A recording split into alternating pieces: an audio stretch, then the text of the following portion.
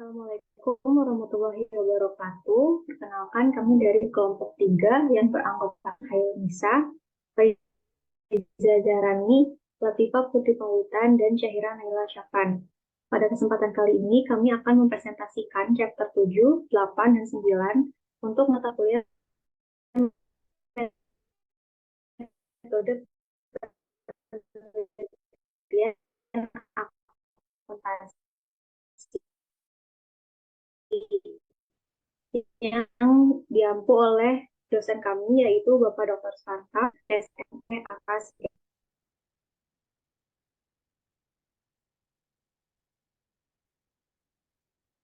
Next,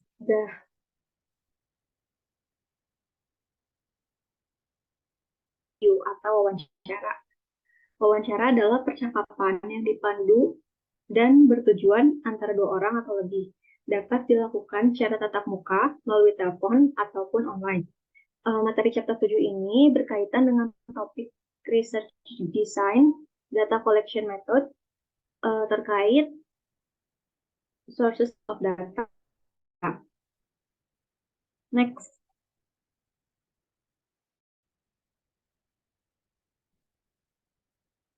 Tujuan pembelajaran chapter 7 yang pertama, membedakan metode pengumpulan data primer dan sekunder.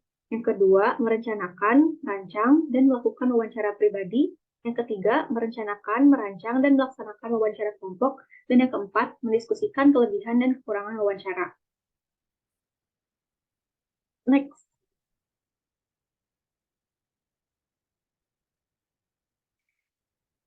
Selanjutnya adalah klasifikasi data berdasarkan sumber informasi. Jadi ada dua. Yang pertama ada data primer, yaitu data yang dikumpulkan oleh peneliti sendiri. Dan data yang dikumpulkan melalui angket, wawancara, observasi, dan lain-lain. Selain data primer, ada juga data sekunder. Data sekunder itu data yang dikumpulkan, disusun, atau ditulis oleh peneliti lain. Misalnya dari buku, jurnal, surat kabar.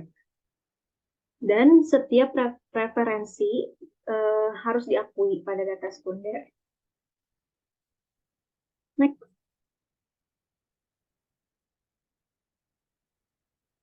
Perbedaan data primer dan data sekunder. Kalau data primer itu datanya real time, benar-benar sumber data, lalu membantu memberikan hasil atau temuan di mana untuk penelitian yang baru. Selanjutnya adalah prosesnya itu mahal dan memakan waktu yang lama. Lalu menghindari bias data respons, dan yang terakhir adalah lebih fleksibel. Fleksibel itu untuk data primer. Kalau data sekunder, datanya itu data dari masa lalu. Dan tidak yakin tentang sumber datanya itu sendiri, menyempurnakan masalah. Jadi data untuk masalah yang sudah ada dan dikembangkan. Nah, itu untuk menyempurnakan masalah. Prosesnya itu murah dan tidak memakan waktu, lalu tidak bisa mengetahui bias data atau tidak, dan kurang fleksibel. Next.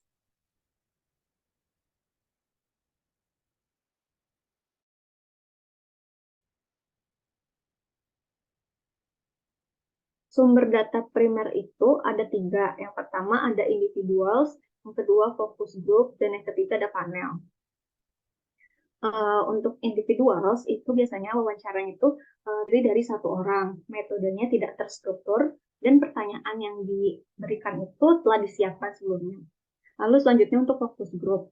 Fokus grup itu biasanya grup itu terdiri dari 8 hingga 10 anggota dengan seorang moderator memimpin diskusi dengan topik atau konsep atau produk tertentu. Biasanya anggota itu dipilih berdasarkan keahlian mereka dalam topik yang dicari informasinya. Maksudnya anggota itu jadi orang-orang yang dalam grup itu yang diwawancarai. Lalu pengalaman gaya hidup yang homogen dan serupa. Fokus grup ini bertujuan untuk mendapatkan kesan, interpretasi, dan pendapat responden ketika anggota berbicara tentang acara, konsep, produk, atau layanan. Dan yang ketiga itu ada panel. Panel terdiri kelompok seperti kelompok fokus atau fokus grup sebagai sumber informasi utamanya. Grup fokus bertemu untuk sesi grup 1 kali, tetapi panel ini bertemu lebih dari satu kali atau anggotanya itu dipilih secara acak. Kan kalau fokus grup anggotanya itu sesuai keahlian mereka. Kalau panel itu dipilih secara acak. Tujuan dari panel ini dalam kasus di mana efek dari intervensi atau perubahan tertentu akan dipelajari selama periode waktu tertentu. Studi panel sangat berguna. Next.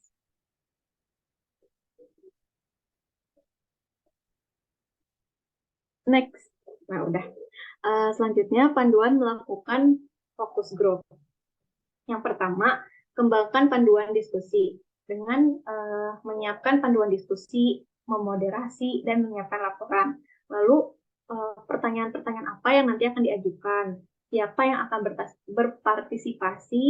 Di mana diskusinya itu akan diadakan? Siapa yang akan mengisi sesi? Dan urutan pertama bisnis adalah mengembangkan panduan diskusi. Yang kedua, reservasi waktu dan tempat. Dengan mencadangkan waktu dan tempat untuk melakukan diskusi adalah sesuatu yang dilakukan jauh-jauh hari sebelum tanggal sesi diskusi yang sebenarnya. Menemukan lokasi dengan cepat akan memberikan waktu untuk menghubungi calon peserta dengan informasi logistik yang diperlukan. Cobalah untuk menemukan lokasi yang paling nyaman dan mudah diakses oleh para peserta. Lalu yang ketiga, berikan insentif untuk partisipasi. Insentif ini diberikan untuk mendorong peserta. Lalu berbagai bentuk kompensasi dapat digunakan, umumnya berupa pembayaran tunai, makan siang, atau makan malam. Makanan ringan dan minuman dapat disediakan juga. Lalu yang keempat, pemilihan peserta fokus group. Yang pertama itu good size. Good size itu maksudnya ukurannya sudah sesuai dengan grup yang dibutuhkan. Lalu yang kedua, karakteristik umum. Next.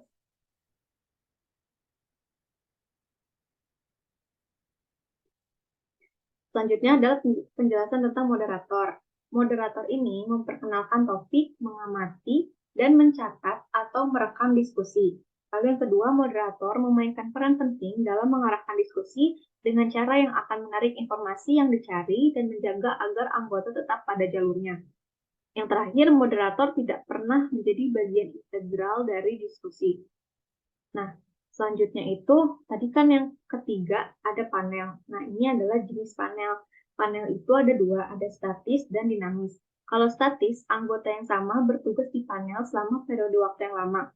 Sedangkan kalau dinamis itu, anggota panel berubah dari waktu ke waktu karena berbagai fase studi sedang berlangsung.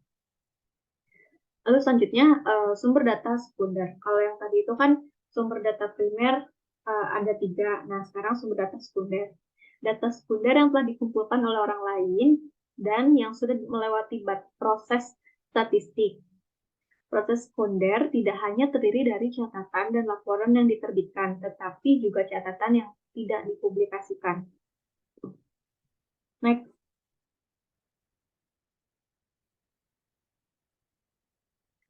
Selanjutnya adalah langkah-langkah wawancara efektif. Yang pertama, persiapkan jadwal wawancara. Yang kedua, pilih subjek atau informan kunci. Yang ketiga, melakukan wawancara. Dan yang keempat, menganalisis dan menafsirkan data yang dikumpulkan dari wawancara. Jenis-jenis wawancara. Yang pertama itu, metode wawancara. Itu ada banyak. Seperti tatap muka, wawancara pribadi, wawancara kelompok, wawancara individu, wawancara kedalaman atau depth interview, ada telepon, melalui mail, wawancara pribadi dengan bantuan komputer atau CAPI, dan wawancara kelompok fokus online. Jenisnya itu ada tidak terstruktur dan juga terstruktur. Pertanyaan yang diajukan oleh pewawancara seperti ceritakan sesuatu tentang unit Anda, departemen, bahkan organisasi secara keseluruhan dalam hal pekerjaan, karyawan, dan apa saja yang menurut Anda penting. Lalu dibandingkan dengan unit lain di organisasi Anda, apa kekuatan dan kelemahan satuan Anda? Salah satu pertanyaannya seperti itu. Next.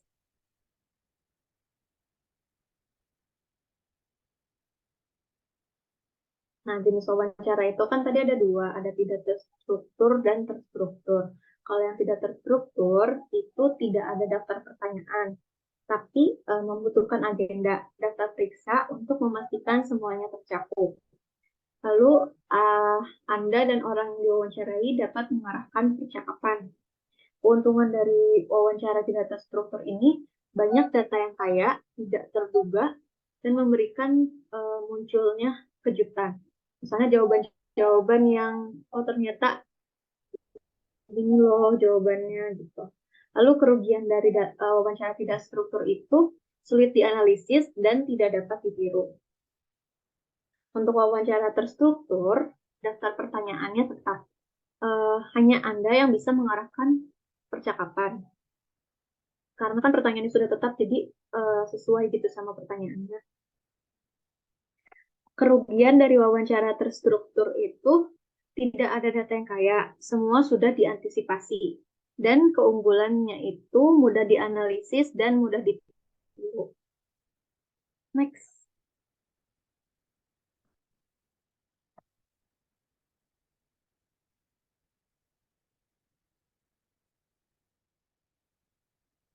Tips dalam wawancara. Pelatihan pewawancara. Dibutuhkan pelatihan pewawancara karena agar proses dari wawancara itu lancar dari awal persiapan sampai dengan hasil analisis dari wawancara itu sendiri. Yang pertama itu pelatihannya itu kayak dari cara memulai wawancara itu seperti apa, lalu bagaimana melanjutkan pertanyaan, bagaimana memotivasi responden untuk menjawab, cara menutup wawancara, dan mereka juga perlu diinstruksikan tentang membuat catatan dan pengkodean tanggapan wawancara.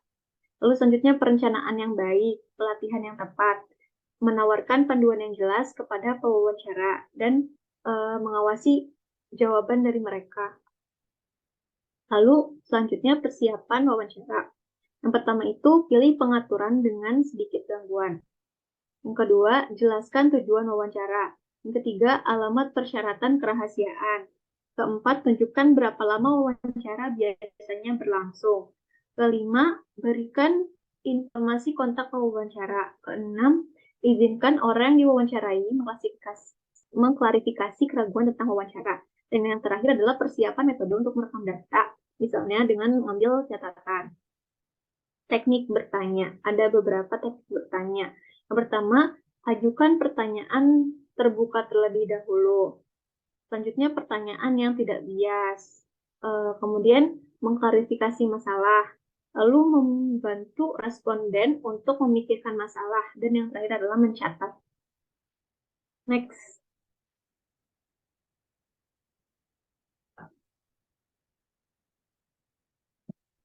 Metode wawancara. Sebenarnya ada banyak metode wawancara dari yang tadi sudah disebutkan, tapi di sini hanya akan dijelaskan 3.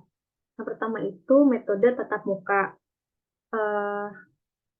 Metode tatap muka ini salah satu metode untuk pengumpulan data. Bisa juga kita belajar dari ekspresi kandidat saat diwawancara. Dan kontaknya itu kan face to face, jadi langsung bisa tahu ekspresi mereka itu kayak gimana. Keterbatasan dari tatap muka ini, cakupan geografis yang terbatas, biaya surveinya itu tinggi, dan kemungkinan bias pewawancara dan responden mungkin merasa tidak nyaman untuk menjawab pertanyaan ketika mereka berinteraksi secara tatap muka. Metode yang selanjutnya melalui telepon. Jika melalui telepon, tidak ada interaksi antara pewawancara dan si yang diwawancarai. Lalu metodenya itu terstruktur dan pertanyaan-pertanyaan yang diberikan itu sudah disiapkan sebelumnya. Keterbatasan dari metode wawancara melalui telepon itu mungkin ada banyak masalah non-respon dan peneliti tidak akan dapat melihat komunikasi non-verbal responden. Dan yang selanjutnya melalui mail atau surat.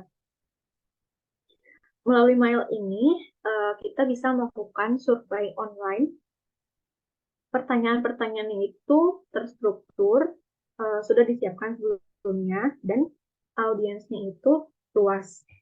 Keterbatasan dari metode ini, pengumpulan informasi hanya dari yang berpendidikan, karena kan sudah jelas diberikan si survei online itu ke siapa-siapanya.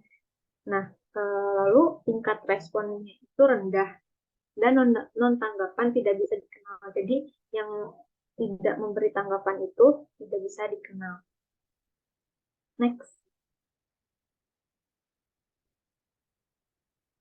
Selanjutnya akan dibacakan oleh Hairunisa.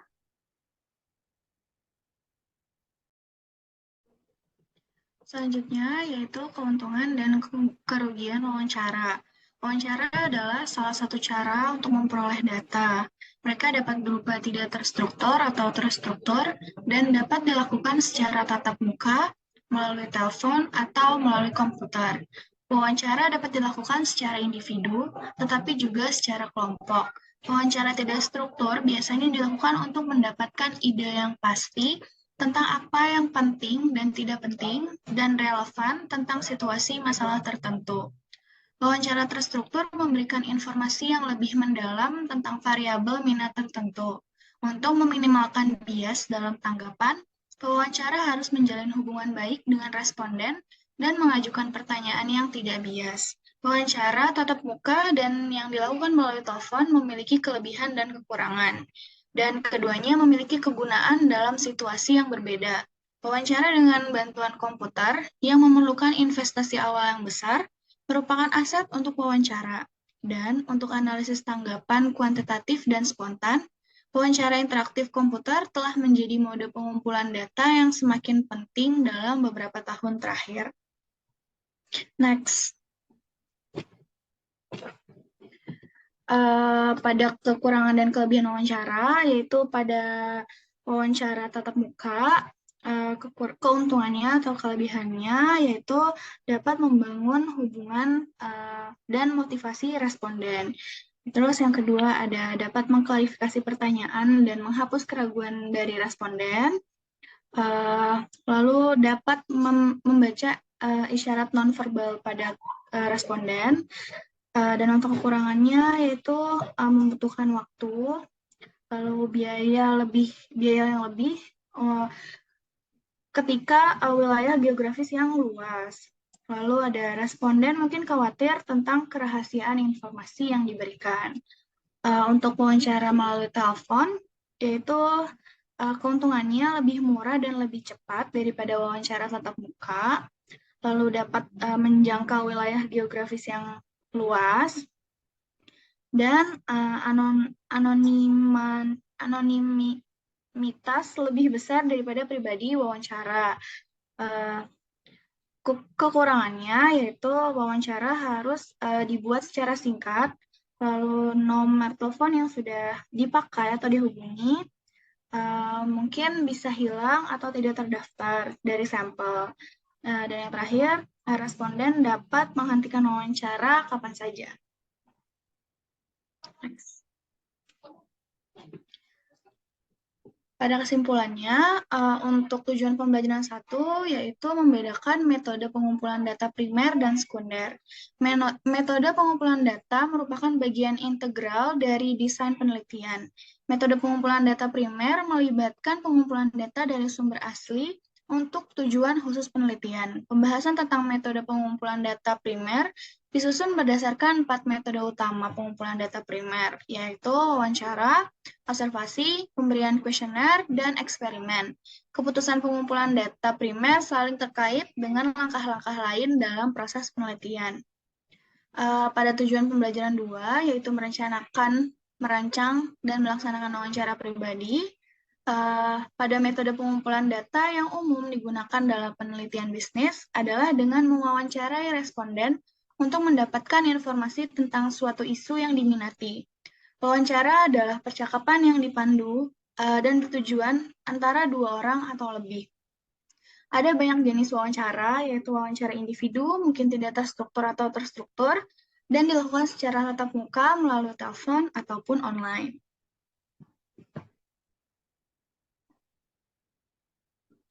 Pada tujuan pembelajaran 3, yaitu merencanakan, merancang, dan melaksanakan wawancara kelompok.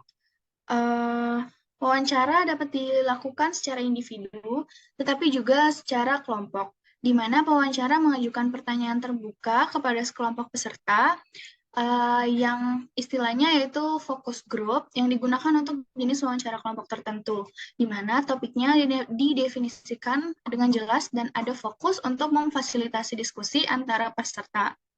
Panel ahli adalah sekelompok orang yang secara khusus dikumpulkan oleh peneliti untuk memperoleh pengetahuan dan pendapat ahli tentang masalah tertentu.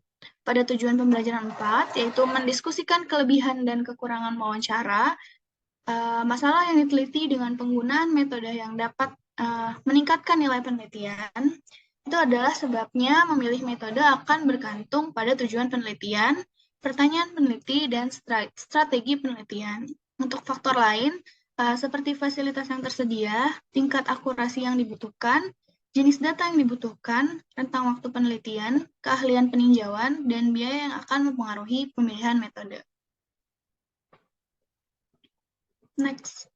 Selanjutnya ada metode pengumpulan data untuk observasi. Pada tujuan pembelajaran ini, ya kita harus bisa mendefinisikan observasi dan diskusikan bagaimana observasi dapat membantu memecahkan masalah dalam bisnis. Yang kedua yaitu mendemonstrasikan kemampuan untuk membuat keputusan berdasarkan informasi tentang jenis metode observasi yang tepat untuk studi tertentu. Yang ketiga, menjelaskan masalah yang berkaitan dengan observasi partisipatif dan observasi terstruktur. Dan yang terakhir yaitu mendiskusikan kelebihan dan kekurangan observasi. Untuk pengenalannya, yaitu tindakan dan perilaku karyawan, konsumen, investor, dan sejenisnya dapat memainkan peran penting dalam riset bisnis. Penelitian dan manajer mungkin tertarik pada cara pekerja melakukan pekerjaan mereka, dampak teknik manufaktur baru pada aktivitas karyawan, bagaimana konsumen menonton iklan, menggunakan produk, atau berperilaku di ruang tunggu, atau bagaimana bank pedagang berdagang dan beroperasi. Teknik yang berguna dan alami untuk mengumpulkan data tentang tindakan dan perilaku adalah observasi. Pengamatan melibatkan pergi ke lapangan, pabrik, pasar super, ruang tunggu, kantor, dan ruang dagang untuk mengamati apa yang dilakukan pekerja, konsumen, atau pedagang harian, dan menggambarkan, menganalisis, dan menafsirkan apa yang dimiliki seseorang. Metode observasi paling cocok untuk penelitian yang membutuhkan data deskriptif non-laporan diri, yaitu ketika perilaku akan diperiksa tanpa bertanya langsung kepada responden itu sendiri. Data pengamatan kaya dan tidak berkontaminasi oleh bias laporan diri. Namun, metode observasi juga memakan waktu dan menantang dalam banyak hal lain seperti apa yang akan dipelajari pada bab ini. Next. Contoh observasi, yaitu yang pertama, membayangi broker Wall Street yang terlibat dalam rutinitas harian mereka. Yang kedua, mengamati perilaku belanja konsumen di dalam toko melalui kamera. Yang ketiga, duduk di sudut kantor untuk mengamati bagaimana pedagang bank beroperasi. Yang selanjutnya yaitu bekerja di pabrik untuk mempelajari kehidupan pada pabrik tersebut. Dan yang terakhir, mempelajari keterampilan pendekatan staf penjualan yang menyamar sebagai pembelanja. Next. Pengertian dan tujuan pengamatan. Observasi menyangkut pada pengamatan, pencatatan, analisis, dan interpretasi yang terencana atas perilaku, tindakan, atau peristiwa. Berbagai pendekatan observasi telah digunakan dalam penelitian bisnis, yang dapat dibedakan dengan 4 dimensi utama yang mencirikan cara observasi dilakukan. Yang pertama yaitu kontrol. Apakah pengamatan dilakukan secara artifisial atau alami? Yang kedua, apakah pengamatan merupakan anggota kelompok yang diamati atau tidak?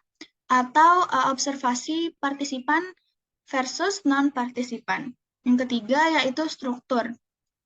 Atau sejauh mana pengamatan difokuskan, ditentukan sebelumnya, sistematis, dan bersifat kuantitatif. Dan yang terakhir, penyembunyian pengamatan, yaitu anggota dari kelompok sosial yang diteliti diberitahu bahwa mereka sedang dipelajari ataupun tidak.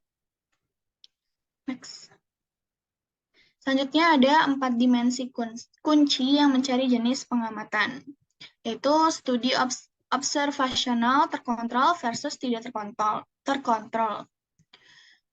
Perbedaan dapat dibuat antara pengamatan yang dilakukan dalam pengaturan yang terkendali atau buatan versus tidak terkendali atau alami.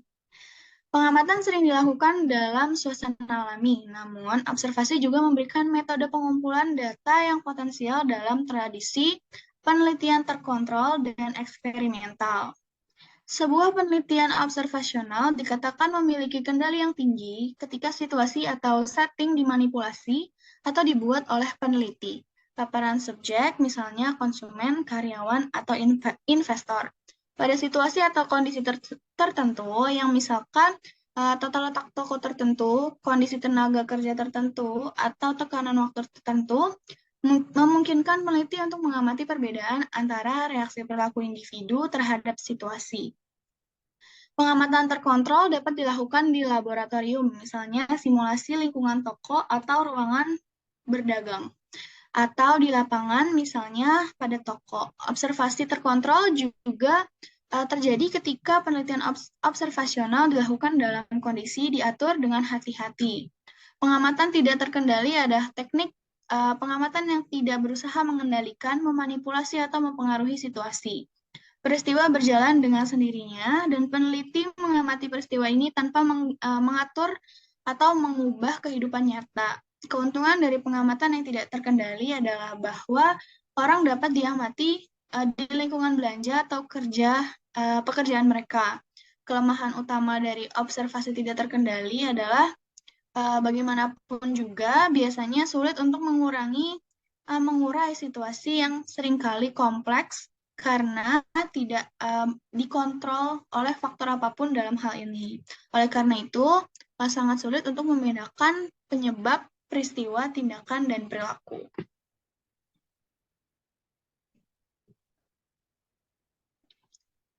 Observasi partisipan non-partisipan.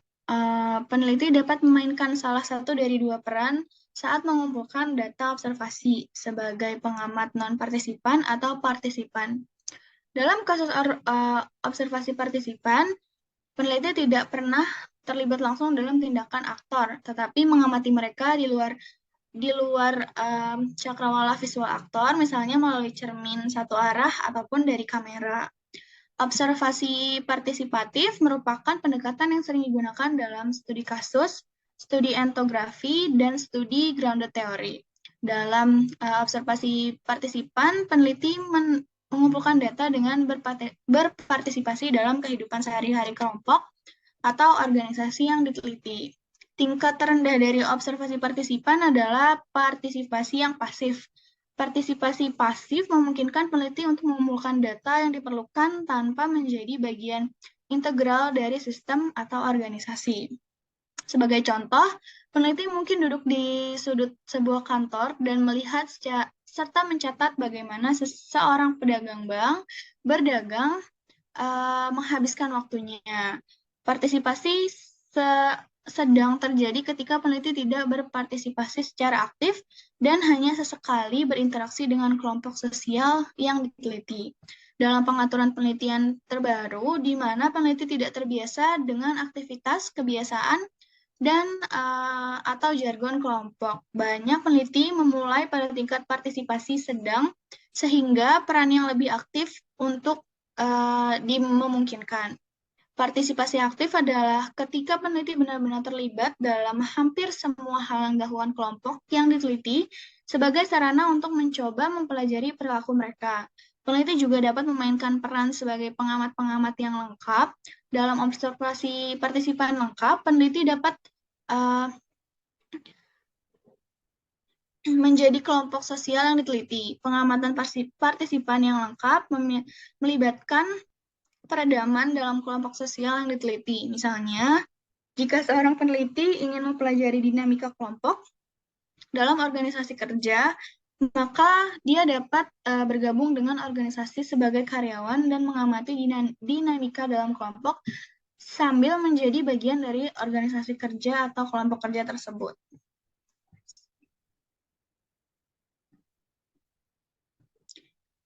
Studi observasional terstruktur versus tidak terstruktur. Studi observasional dapat berupa tipe pengamatan non-partisipan atau tipe pengamatan partisipan di mana pengamat memiliki seperangkat kategori kegiatan atau fenomena yang telah ditentukan sebelumnya yang dirancang untuk dipelajari.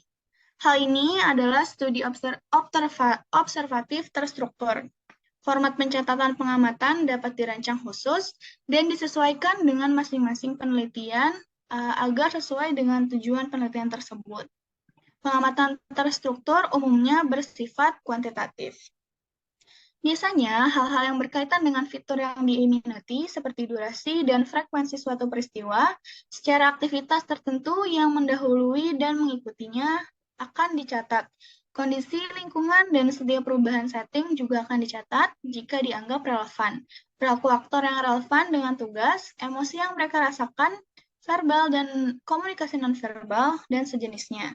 Juga dapat direkam. Pengamatan yang dicatat dalam lembar kerja atau catatan lapangan kemudian dianalisis secara sistematis. Pada awal penelitian, mungkin juga pengamatan tidak memiliki gagasan yang pasti tentang aspek-aspek tertentu yang memerlukan fokus. Mengamati peristiwa saat terjadi juga dapat menjadi bagian dari rencana seperti dalam banyak bentuk penelitian, eksplorasi, dan kuantitatif lainnya. Dalam hal seperti itu, pengamatan akan merekam hampir semua yang diamati. Studi semacam itu akan menjadi studi observasional yang tidak struktur. Studi observasional tidak mengarah pada serangkaian hipotesis tentatif yang diuji dalam penelitian selanjutnya yang bersifat deduktif. Oleh karena itu, penemuan induktif melalui observasi dapat membuka jalan bagi pembangun teori selanjutnya dan pengujian hipotesis. Next. Pengamatan tersembunyi versus tidak tersembunyi.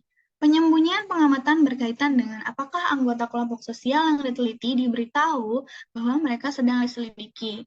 Keuntungan utama observasi tersembunyi adalah subjek penelitian tidak terpengaruh oleh kesadaran bahwa mereka sedang diamati.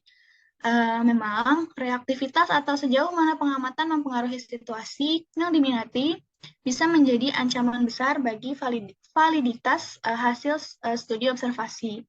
Pengamatan yang tidak disembunyikan lebih menonjol, mungkin mengganggu keaslian perilaku yang diteliti.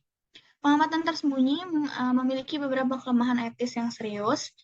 Meskipun kurang reaktif, pengamatan tersembunyi melibatkan masalah etis karena dapat melanggar prinsip persetujuan, privasi, dan kerahasiaan. Untuk alasan ini, observasi tersembunyi dapat membahayakan subjek dalam beberapa cara. Namun, dalam beberapa situasi, misalnya ketika seorang peneliti atau pada pemasaran menonton pertemuan layanan antara supir bus dengan penumpang bus, peneliti cenderung tidak terlalu bersalah dibandingkan dalam situasi lain, misalnya ketika peneliti membenamkan dirinya pada situasi tertentu, kelompok sosial seperti departemen tertentu dalam organisasi.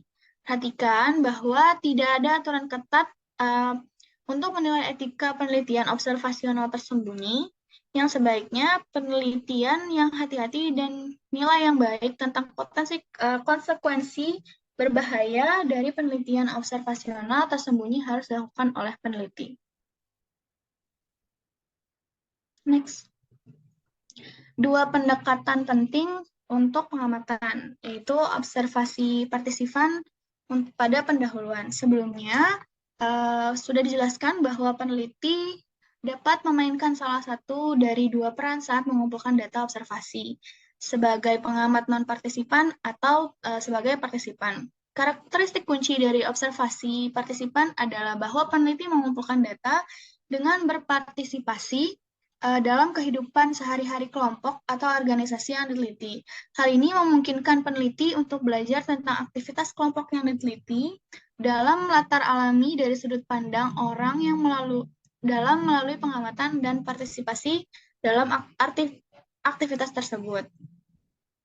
Ketika Malinowski memperkenalkan metode ini dalam karyanya yang berpengaruh, Argonauts of the Western Pacific, Dia berargumentasi bahwa hal ini menempatkan peneliti pada posisi untuk memahami sudut pandang penduduk asli, hubungan dengan kehidupan, untuk mewujudkan misi tentang dunianya.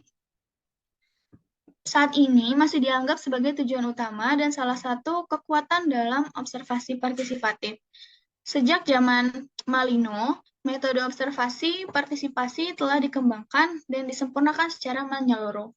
Secara umum, sekarang membedakan antara dua cara dasar untuk memahami di metode ini, mungkin secara sempit diidentifikasi sebagai partisipasi dalam cara hidup kelompok sosial yang diteliti,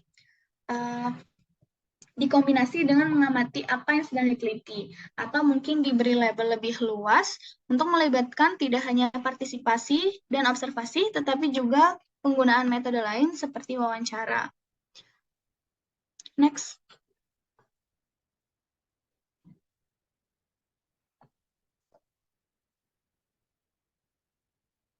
Next.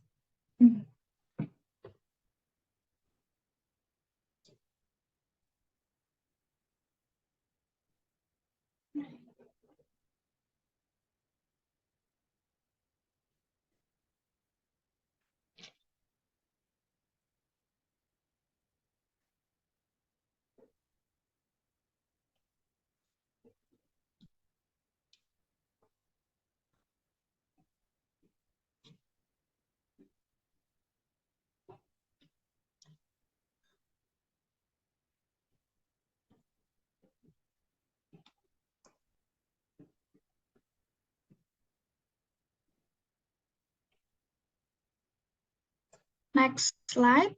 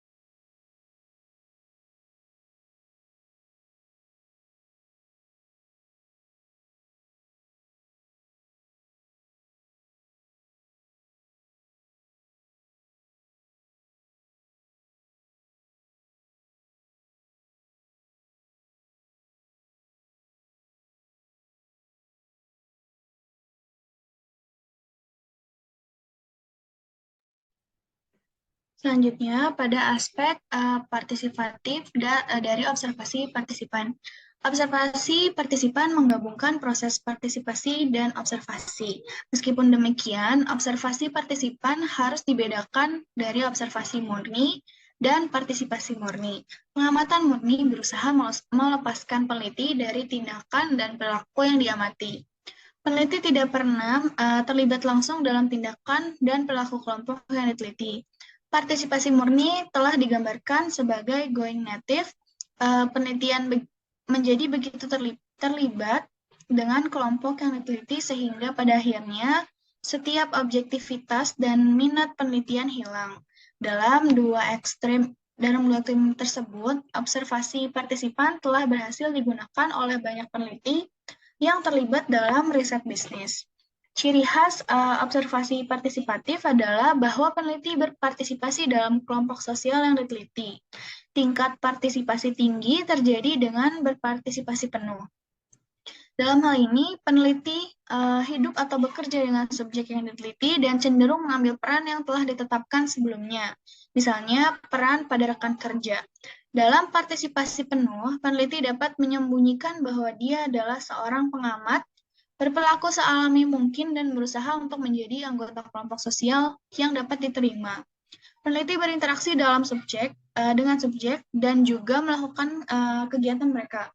Kerugian dari metode ini adalah partisipasi penuh dapat membatasi kebebasan bergerak di luar peran yang diadopsi. Sulit untuk meninggalkan peran peserta penuh saat penelitian berlangsung. Terlebih lagi, masalah metodologi menjadi asli dapat menghasilkan perspektif penelitian yang memudar dan memungkinkan peningkatan temuan penelitian yang bias.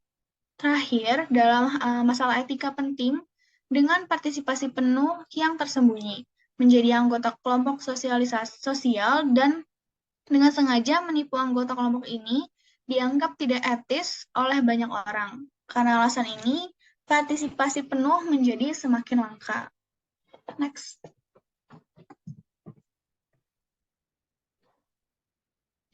Selanjutnya, pada saat berpartisipasi, peneliti harus mengamati dan mencatat.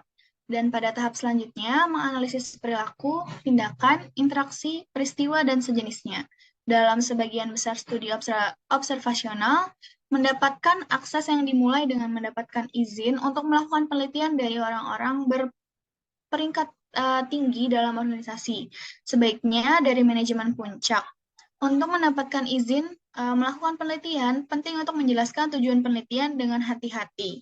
Jika tujuan penelitian dapat dipahami, pada akhirnya akan mendapatkan izin untuk melaksanakan proyek penelitian tersebut. Dan bisa juga mendapat manfaat dari pengamatan surat pengantar, misalnya dari sponsor penelitian yang akan memudahkan peneliti untuk masuk ke dalam organisasi tersebut. Mendapatkan izin hanyalah tingkat pertama dalam melakukan observasi partisipatif.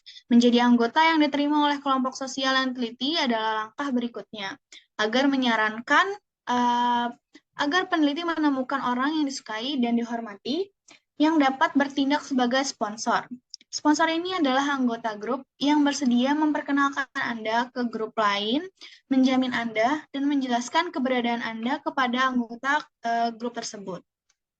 Aspek penting dari observasi partisipan adalah membangun hubungan. Membangun hubungan melibatkan aspek saling percaya dengan kelompok sosial yang diteliti. Dengan menunjukkan rasa hormat, jujur, dan menunjukkan komitmen untuk kesejahteraan kelompok atau individu anggota kelompok, sehingga mereka merasa aman dalam berbagai hal. Informasi sensitif dengan peneliti. Jorgensen berpendapat bahwa sejauh mana hubungan dibangun mempengaruhi sejauh mana informasi yang dikumpulkan dalam observasi partisipan akurat yang akan dilakukan. Next.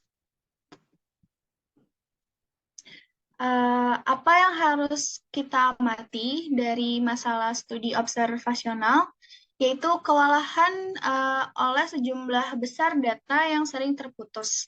Untuk alasan ini, peneliti harus berusaha menjaga fokus tertentu selama berbagai tahapan proses observasi.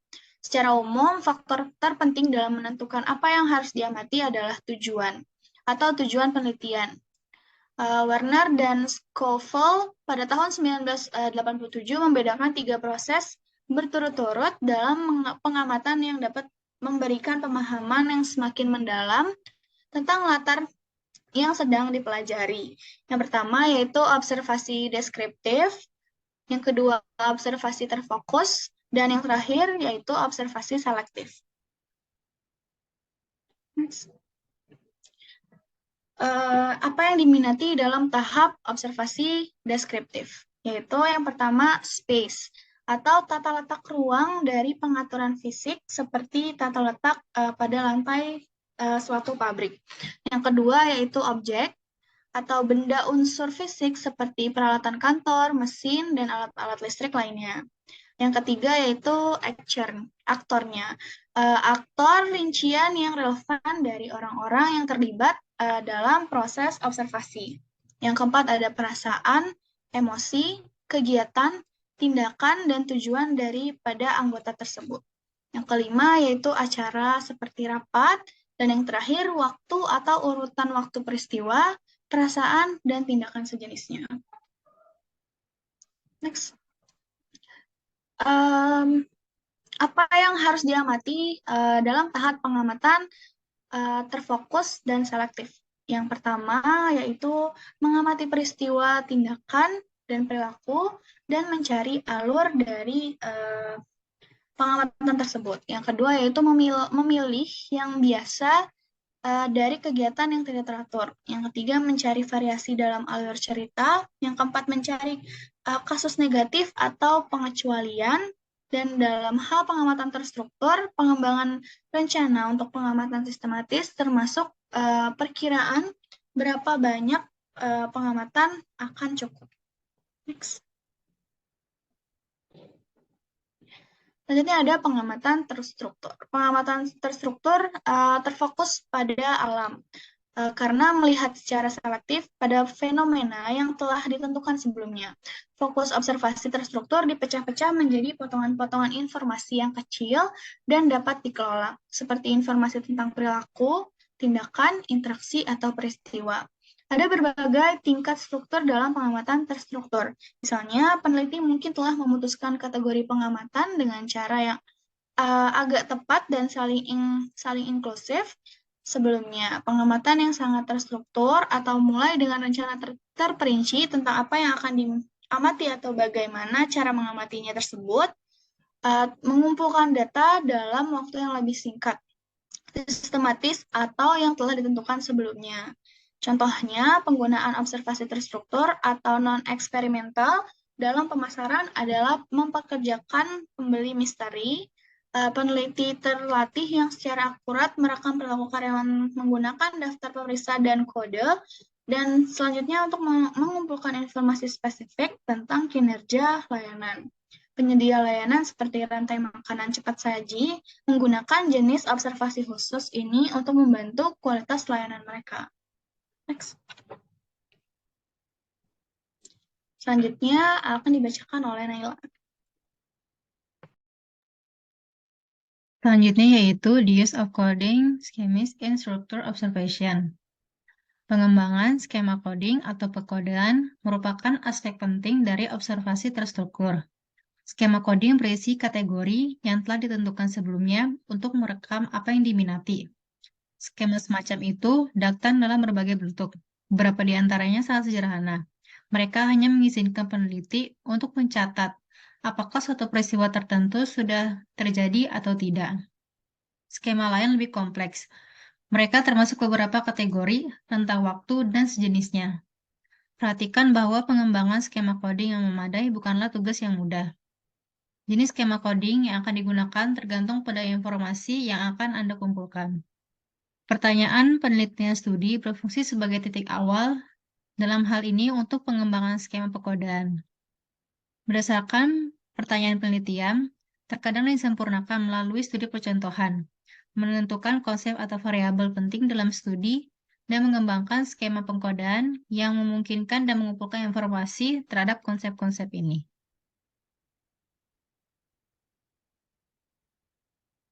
Pertimbangan berikut harus diperhitungkan sehubungan dengan konstruksi skema coding. Yang pertama, fokus. Dalam skema coding, harus jelas apa yang harus diamati. Misalnya, skema coding Thomas harus membantunya menetapkan aspek mana dari latar.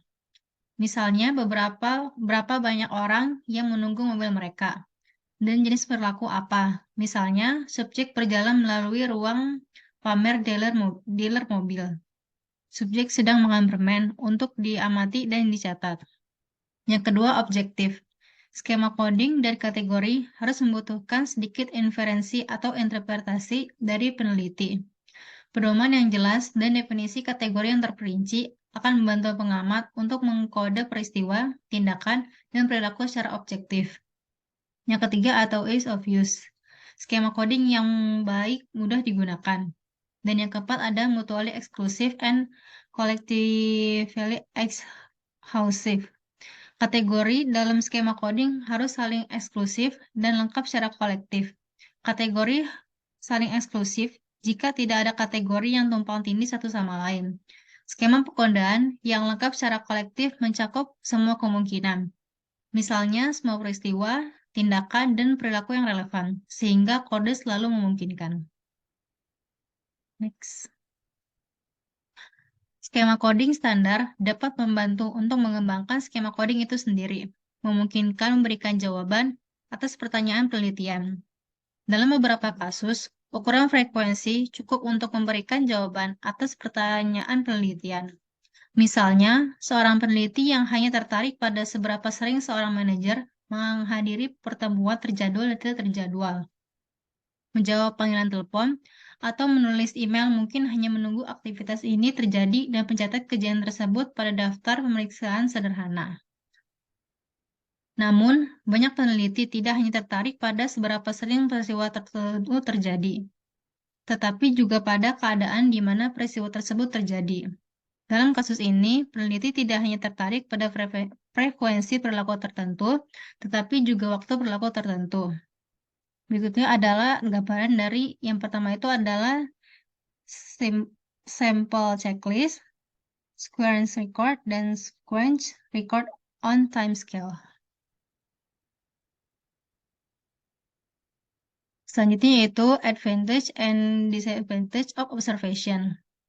Tanggapan tentang tindakan dan perilaku dari subjek yang hanya memungkinkan perilaku disimpulkan dari tanggapan variabel ini. Observasi memungkinkan peneliti untuk mengumpulkan data perilaku tanpa memajukan pertanyaan. Orang dapat diamati di lingkungan kerja alami mereka atau di laboratorium. Dan aktivitas dan perilaku mereka atau hal menarik lainnya dapat dicatat, direkam, dianalisis, dan ditafsirkan. Terlepas dari kegiatan yang dilakukan oleh individu yang diteliti, gerakan mereka, kebiasaan kerja, pernyataan yang dibuat, dan pertemuan yang dilakukan oleh mereka.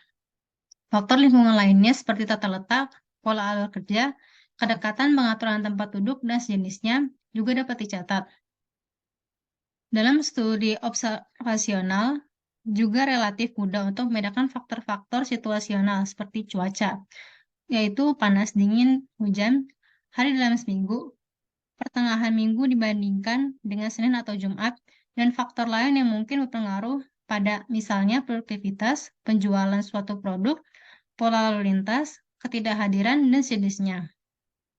Faktor-faktor ini dapat direkam dan pola yang bermakna mungkin muncul dalam jenis data ini. Namun perhatikan bahwa seringkali sangat sulit untuk menetapkan efek spesifik dari faktor situasional dan perilaku dan tindakan subjek yang diteliti. Seperti yang telah dijelaskan pada bab sebelumnya, seringkali sulit untuk mengurai situasi yang seringkali rumit. Oleh karena itu, terkadang sangat sulit untuk menetapkan hubungan sebab akibat antara faktor situasional dan kejadian, tindakan, dan perilaku. Next. Keuntungan lain dari observasi adalah memungkinkan untuk mengamati kelompok individu tertentu. Misalnya, anak-anak yang masih sangat muda dan eksekutif yang sangat sibuk, dari siapa mungkin sulit untuk mendapatkan informasi. Anak-anak dapat diamati minat dan rentang perhatiannya dari berbagai rangsangan, seperti keterlibatan mereka dengan mainan yang berbeda.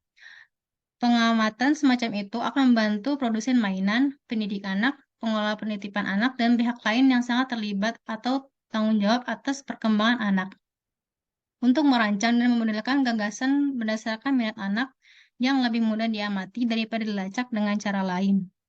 Data yang diperoleh melalui pengamatan peristiwa sebagaimana biasanya terjadi umumnya lebih dapat diandalkan dan bebas dari bias responden.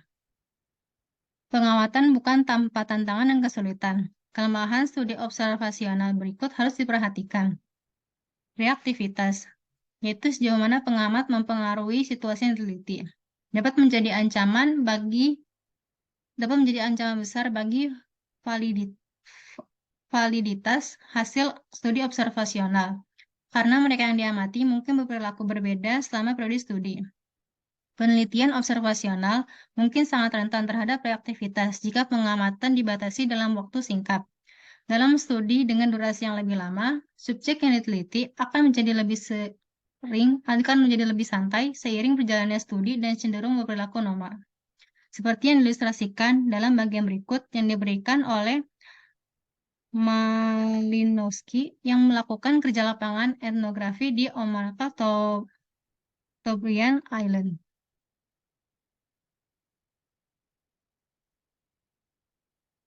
Selanjutnya yaitu rangkuman dari chapter 8. Pada pembelajaran 1, definisikan observasi dan diskusikan bagaimana observasi dapat membantu memecahkan masalah bisnis. Tindakan dan perilaku orang dapat memainkan peran penting dalam penelitian bisnis. Teknik yang berguna dan alami untuk mengumpulkan data tentang tindakan dan perilaku adalah observasi. Pengamatan menyangkut pengamatan yang direncanakan, rekaman, analisis, dan interpretasi perilaku, tindakan, atau peristiwa. Pada tujuan pelajaran 2, tunjukkan kemampuan untuk membuat keputusan berdasarkan informasi tentang jenis metode observasi yang tepat untuk studi tertentu. Berbagai pendekatan observasi dapat dibedakan dengan 4 dimensi kunci yang mencirikan cara observasi dilakukan. 1. Kontrol. 2. Apakah pengamat merupakan anggota yang diamati atau tidak? 3. Struktur. Dan 4. Penyembunyian pengamatan. Tujuan pelajaran 3. Jelaskan isu-isu yang berkaitan dengan observasi partisipan dan observasi terstruktur. 2 pendekatan observasi yang penting dan berbeda adalah observasi partisipan dan observasi terstruktur.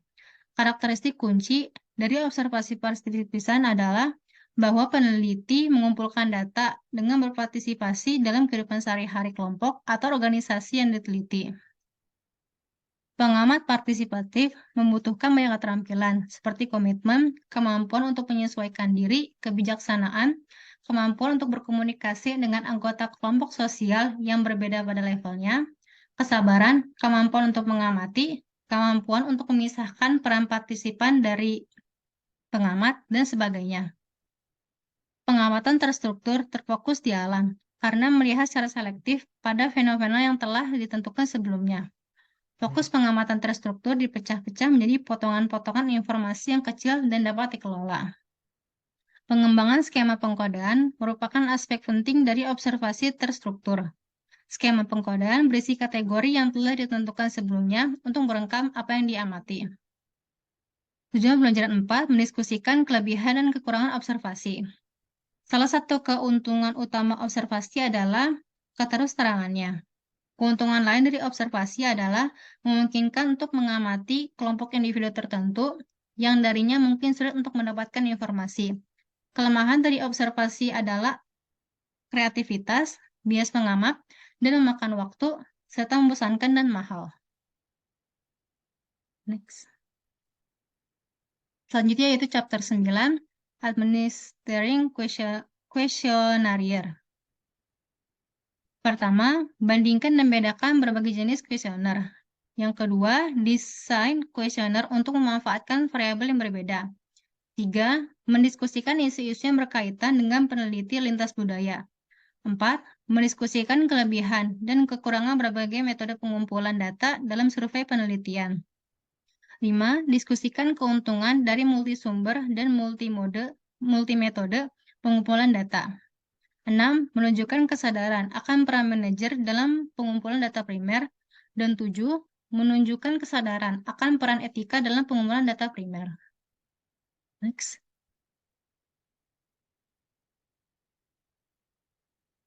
Introduction. Pada bab 7 sebelumnya telah dijelaskan bahwa dalam riset bisnis, 3 metode pengumpulan data penting adalah wawancara, observasi orang, dan pemberian kuesioner.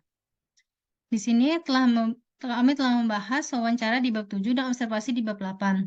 Dalam bab ini akan dibahas kuesioner dan desain kuesioner. Kuesioner adalah serangkaian pertanyaan tertulis yang telah diformulasikan sebelumnya, di mana responden mencatat jawaban mereka. Biasanya dalam alternatif yang ditentukan dengan agak dekat. Selanjutnya yaitu type of questionnaires. Kuesioner umumnya dirancang untuk mengumpulkan sejumlah besar data kualitatif. Mereka dapat diberikan secara pribadi, didistribusikan secara elektronik, atau dikirimkan kepada responden. Kuesioner umumnya lebih murah dan memakan waktu daripada wawancara dan observasi. Tetapi mereka juga memperkenalkan kemungkinan kesalahan non-respons dan non-respons yang jauh lebih besar. Tinjauan tentang kelebihan dan kekurangan kuesioner atau dan metode pengumpulan data lainnya, dan bagian tentang kapan menggunakan masing-masing metode ini nanti akan diberikan pada bab ini. Personality Administrated Questionnaires. Ketika survei terbatas pada area lokal, cara yang baik untuk mengumpulkan data adalah dengan mengelola kuesioner secara pribadi. Keuntungan utama dari hal ini adalah peneliti atau anggota tim peneliti dapat mengumpulkan semua tanggapan yang telah diselesaikan dalam waktu singkat. Raguan apapun yang mungkin dimiliki responden tentang pertanyaan apapun dapat diklarifikasi di tempat. Peneliti juga dapat memiliki kesempatan untuk memperkenalkan topik peneliti dan memotivasi responden untuk memberikan jawaban yang jujur. Pengelola kuesioner kepada sejumlah besar individu pada saat yang sama lebih murah dan menghasilkan lebih sedikit waktu daripada wawancara, serta tidak memerlukan banyak keterampilan untuk mengelola kuesioner seperti halnya untuk melakukan wawancara. Sedapat mungkin, kuesioner paling baik diberikan secara pribadi karena keuntungan ini. Kerugian di kuesioner yang diberikan secara pribadi adalah bahwa peneliti dapat menimbulkan bias dengan menjelaskan pertanyaan secara berbeda kepada orang yang berbeda. Peserta mungkin sebenarnya menjawab pertanyaan berbeda dibandingkan dengan apa yang mereka kirimi. Terlebih lagi, kuesioner yang dikelola secara pribadi membutuhkan waktu dan banyak usaha. Untuk alasan ini, kuesioner elektronik banyak digunakan pada saat ini. Next. Selanjutnya, mail questionnaires. Kuesioner surat adalah kuesioner yang dikelola sendiri dengan menggunakan kertas dan pensil yang dikirim ke responden melalui surat. Metode ini telah lama menjadi tulang punggung penelitian bisnis. Tetapi dengan hadirnya internet, telepon seluler, dan jaringan sosial, kuesioner surat menjadi mubazir atau bahkan usang. Sebaliknya, kuesioner online diposting di internet atau dikirim melalui email. Electronic and online questionnaires. Distribusi kuesioner elektronik atau online mudah dan cepat. Yang harus dilakukan hanya mengirim email undangan untuk menyelesaikan survei, memposting tautan di situs web atau blog pribadi, atau menggunakan jejaring sosial. Kuesioner online biasanya dibuat sebagai formulir web dengan database untuk menyimpan jawaban dan perangkat lunak statistik untuk menyediakan analisis statistik. Sampai saat ini, melakukan survei online adalah tugas yang memakan waktu dan membosankan, yang membutuhkan keakraban dengan program pembuat web, kode HTML, dan atau program script. Saat ini, paket perangkat lunak pengembangan survei dan layanan survei online membuat peneliti survei online jauh lebih mudah dan lebih murah untuk diakses. Next. Selanjutnya, pedoman desain kuesioner. Prinsip-prinsip desain kuesioner yang baik harus fokus pada 3 bidang. Yang pertama berkaitan dengan kata-kata dari pertanyaan. Yang kedua mengacu pada perencanaan masalah yang berkaitan dengan bagaimana variabel akan dikategorikan, diskalakan, dan diberikan kode setelah menerima tanggapan. Yang ketiga berkaitan dengan keterampilan umum kuesioner. Ketiganya merupakan isu penting dalam desain kuesioner karena dapat meminimalkan bias dalam penelitian. Next. Prinsip penyusunan kata. Prinsip-prinsip penyusunan kata mengacu pada faktor-faktor seperti 1. Kesesuaian isi pertanyaan, 2. Bagaimana pertanyaan disusun dan tingkat kecanggihan bahasa yang digunakan, 3. Jenis dan bentuk pertanyaan yang diajukan, 4. Urutan pertanyaan, 5. Data pribadi yang dicari dari responden. Isi dan tujuan pertanyaan. Sifat dari variabel yang disadap, perasaan subjektif atau fakta objektif akan menentukan jenis pertanyaan apa yang akan diajukan.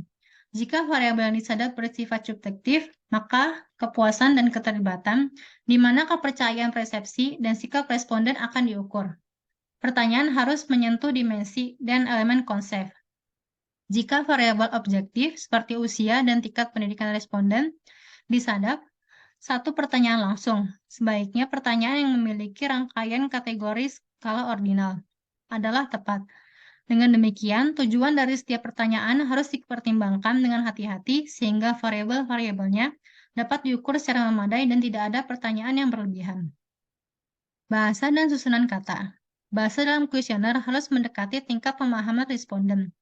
Pilihan kata akan bergantung pada tingkat pendidikan mereka. Penggunaan istilah dan idiom dalam budaya dan kerangka acuan responden. Misalnya menggunakan bahasa Inggris adalah bahasa lisan atau bahasa resmi dalam dua budaya. Kata-kata tertentu mungkin asing bagi satu budaya. Istilah-istilah seperti bekerja di sini membosankan dan dia adalah pekerja konklusif mungkin tidak dapat ditafsirkan dengan cara yang sama di budaya yang berbeda. Beberapa pekerja kerah biru mungkin tidak memahami terminologi seperti struktur organisasi. Oleh karena itu, penting untuk mengatakan pertanyaan dengan cara yang tepat dan dapat dipahami oleh responden. Jika beberapa pertanyaan tidak dapat dipahami atau ditafsirkan secara berbeda-beda oleh responden, peneliti akan mendapatkan jawaban yang salah atas pertanyaan tersebut. Dan dengan demikian, tanggapan akan menjadi bias. Oleh karena itu, pertanyaan yang diajukan, bahasa yang digunakan, dan susunan kata harus sesuai untuk menggali sikap, persepsi, dan perasaan responden. Next. Selanjutnya, jenis pertanyaan. Terdapat pertanyaan terbuka versus tertutup, pertanyaan dengan kata-kata positif dan negatif, pertanyaan berlaras ganda, pertanyaan ambigu, pertanyaan yang bergantung pada ingatan, pertanyaan awal, pertanyaan yang dimuat, keinginan sosial, dan panjang pertanyaan. Urutan pertanyaan. Urutan pertanyaan dalam kuesioner harus sedemikian rupa, sehingga responden diarahkan dari pertanyaan yang bersifat umum ke pertanyaan yang lebih spesifik, dan dari pertanyaan yang relatif mudah dijawab ke pertanyaan yang semakin sulit. Pendekatan corong ini seperti disebut memfasilitasi kemajuan responden dengan mudah dan lancar melalui item dalam kuesioner. Pengembangan dari pertanyaan umum ke spesifik mungkin berarti bahwa responden pertama kali mengajukan pertanyaan yang bersifat global yang berkaitan dengan masalah tersebut. Dan kemudian ditanyai pertanyaan yang lebih tajam mengenai topik tertentu. Pertanyaan mungkin mudah berhubungan dengan masalah yang tidak melibatkan banyak pemikiran. Yang lebih sulit mungkin menghubungkan lebih banyak pemikiran, penilaian, dan pengambilan keputusan dalam memberikan jawaban. Dalam menentukan urutan pertanyaan, disarankan untuk tidak menempatkan pertanyaan bernada positif dan bernada negatif yang berdekatan dengan elemen atau dimensi yang sama dari suatu konsep. Misalnya menempatkan dua pertanyaan, seperti berikut ini. Satu setelah yang lain tidak hanya canggung, tetapi mungkin juga tampak menghina responden. Next. Data klasifikasi atau informasi pribadi. Data klasifikasi juga dikenal sebagai informasi pribadi atau pertanyaan demografis. Memperoleh informasi seperti usia, tingkat pendidikan, status perkawinan, dan pendapatan, kecuali benar-benar diperlukan. Sebaiknya jangan menanyakan nama responden. Namun jika kuesioner harus diidentifikasi dengan responden untuk alasan apapun, maka kuesioner dapat diberi nomor dan dihubungkan oleh peneliti dengan nama responden. Dalam dokumen pribadi yang dikelola secara terpisah, prosedur ini harus dijelaskan secara jelas kepada responden.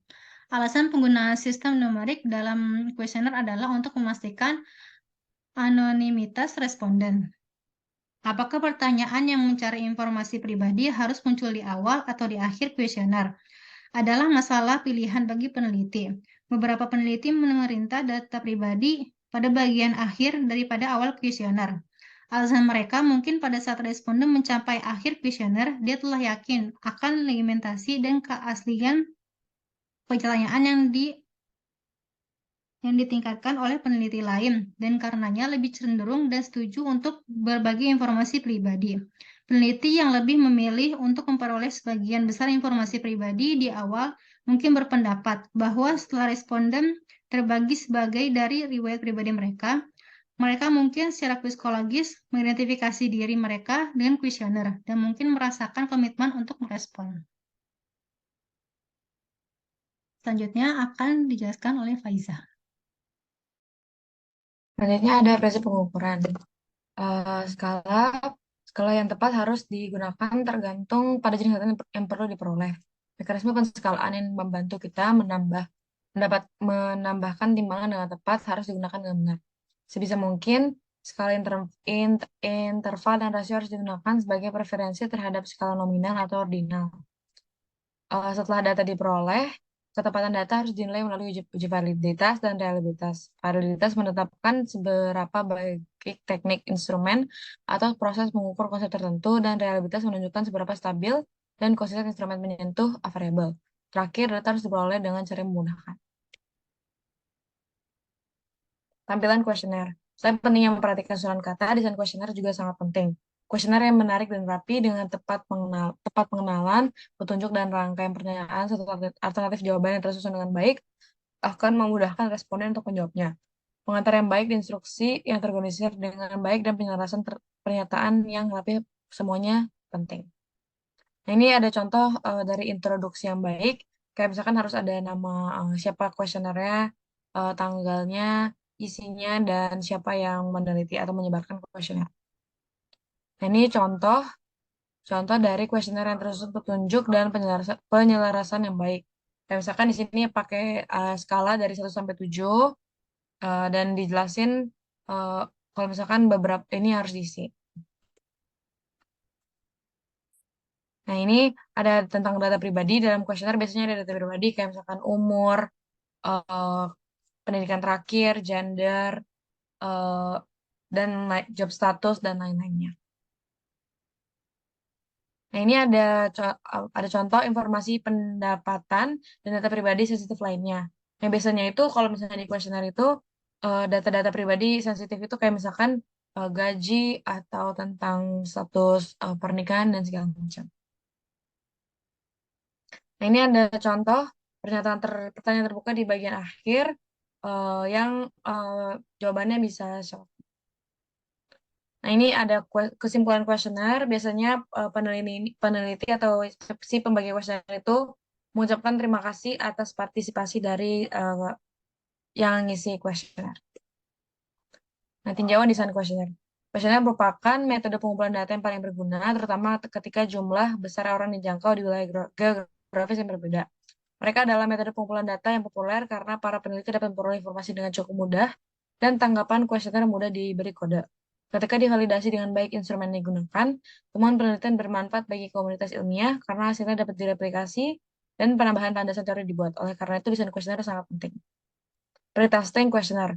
Nah, kalau misalkan sebelum buat kuesioner itu, sebelum dibagiin kuesionernya, itu harus harus dicoba isi dulu oleh beberapa small groups uh, responden biar memastikan kalau kuesionernya itu udah rapi dan bagus. Lalu ada survei kuesioner online. Nah, selain bisa ngasih secara pribadi ke langsung responden yang kita mau, kita juga bisa ngasih survei atau kuesioner online. Bisa pakai instant survey, Infopol, survei Gold, StatPack, survei Monkey, survei Pro, dan lain-lainnya.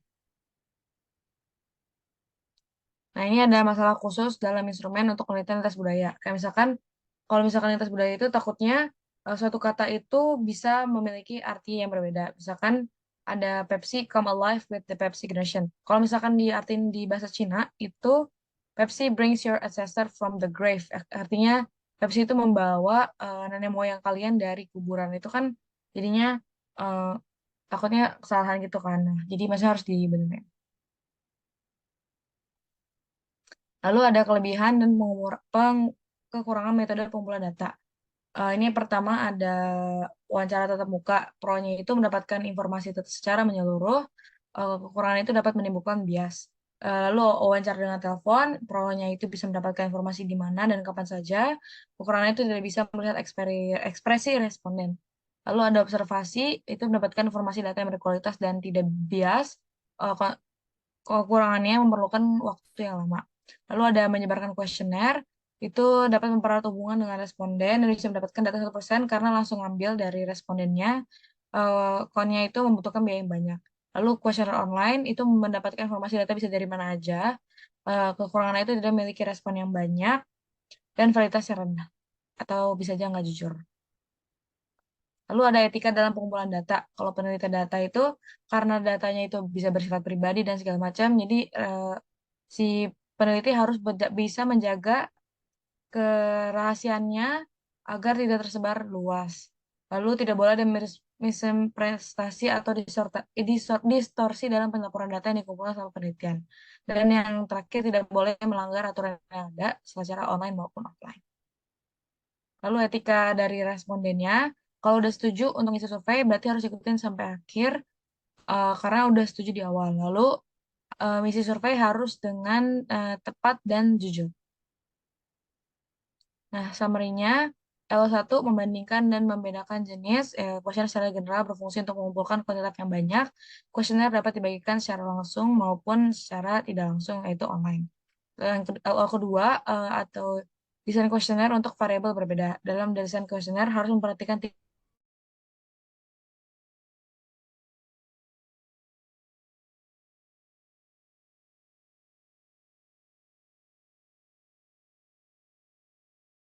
keempat, kelebihan dan kekurangan metode pengumpulan data. Pada setiap metode pengumpulan data, pasti terdapat positif dan negatif yang sebelumnya saya sudah jelaskan. Lalu learning objective kelima, itu kekurangan dari berbagai sumber dan berbagai metode. Karena hampir semua metode pengumpulan data memiliki bias atau bias, hal tersebut membuat peneliti dapat mengalami kebingungan. Lalu learning objective 2, itu kesadaran para manajer dalam koleksi data. Manajer harus mengetahui dan sadar secara langsung ketika dia mengoleksi data primer. Lalu learning objective ketujuh yaitu kesadaran peran etika dalam pengumpulan data. Banyak masalah etika yang harus disadari dalam proses pengumpulan data, baik dari peneliti maupun responden. Sekian dari kelompok kami, kurang lebihnya mohon maaf. Wassalamualaikum warahmatullahi wabarakatuh.